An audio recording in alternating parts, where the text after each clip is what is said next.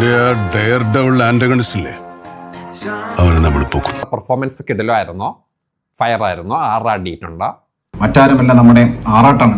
എന്റെ ആറ്റുകാൽ ഭാസ്കര, അങ്ങനെ ഒരു ദൈവം ഇല്ല.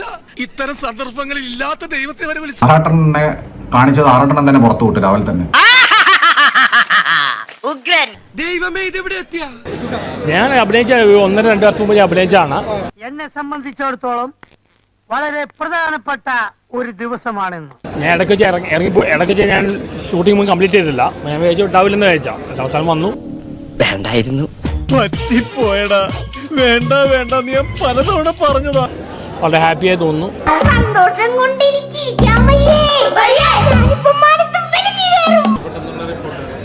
പടം നന്നായിട്ട് പോകുന്നുണ്ടോ? ബാഡ് ബോയ്സിനെ അഭിനയിച്ചിട്ടുണ്ട്. പടം അത്ര ഓടിയില്ല. തോന്നി അതങ്ങനെ വരൂ, അതങ്ങനെ സംഭവിക്കൂ. നിനക്കതൊക്കെ എങ്ങനെയാ സാധിക്കും? അത് എനിക്ക് ഡ്രസ്സ് വരാൻ സ്ഥലം കിട്ടിയില്ല. അങ്ങനെ പോയതാണ്. ശരിക്കും മണ്ടത്രേ തോന്നി. ഒരു കുഴപ്പമില്ല, സന്തോഷമുള്ള മക്കളെ, സന്തോഷമായി. ഞാൻ വിചാരിച്ചു എന്റെ സീൻ വരില്ലെന്ന് വിചാരിച്ചാ. അവസാനം സീൻ വന്നു.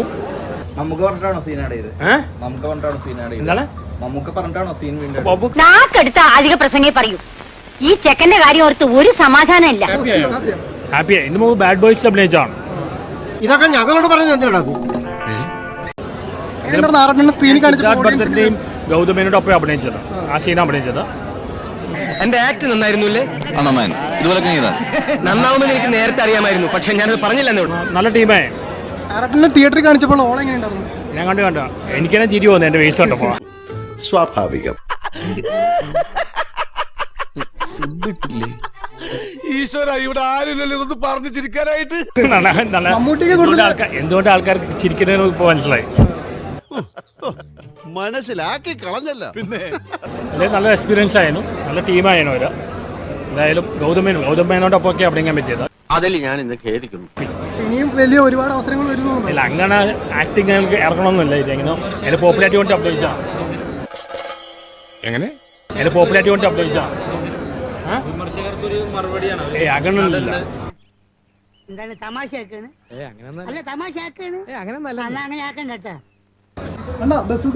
എത്ര ലക്ഷം രൂപ പ്രതിഫലം മേടിച്ചു? സത്യം പറയട്ടെ, ഒരു ഗോൾ വാങ്ങിച്ചിട്ടില്ല. ഇവിടെ ആരും ഒന്നും തന്നില്ല. ഒന്നും ഇല്ലാത്തടത്തൊന്നും വന്നൊന്നുമല്ല. 4 നേരം അന്തസ്സായിട്ട് ആഹാരം കഴിക്കുന്ന കുടുംബത്തിൽ നിന്ന്. അല്ല, ഞാൻ ഫുൾ ഷൂട്ട് ചെയ്ത് ഫുൾ അഭിനയിച്ചില്ല. ഞാൻ ഒരു സീൻ അഭിനയിച്ചിട്ട് ഞാൻ പോയതാണ്. അതിനൊക്കെ അവർ നന്ദിയുണ്ട്. അവർ എന്നിട്ട് എന്റെ സീൻ ആഡ് ചെയ്തു. ഒരു കയ്യബദ്ധം. ഞാൻ മമ്മൂക്കിയുടെ കോമ്പിനേഷൻ ഒന്നുമില്ല. ഞാൻ ഗൗതം വാസുദേവനോട് സിദ്ധാർത്ഥ ഭദ്രപ്പൻ സീനാണ്. എന്തായാലും ഞാൻ കാണിച്ചത് വേണ്ടത്ര അൺബിൻ വാങ്ങിയത്.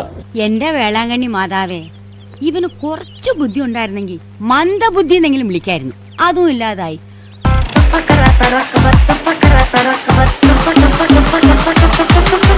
Please subscribe.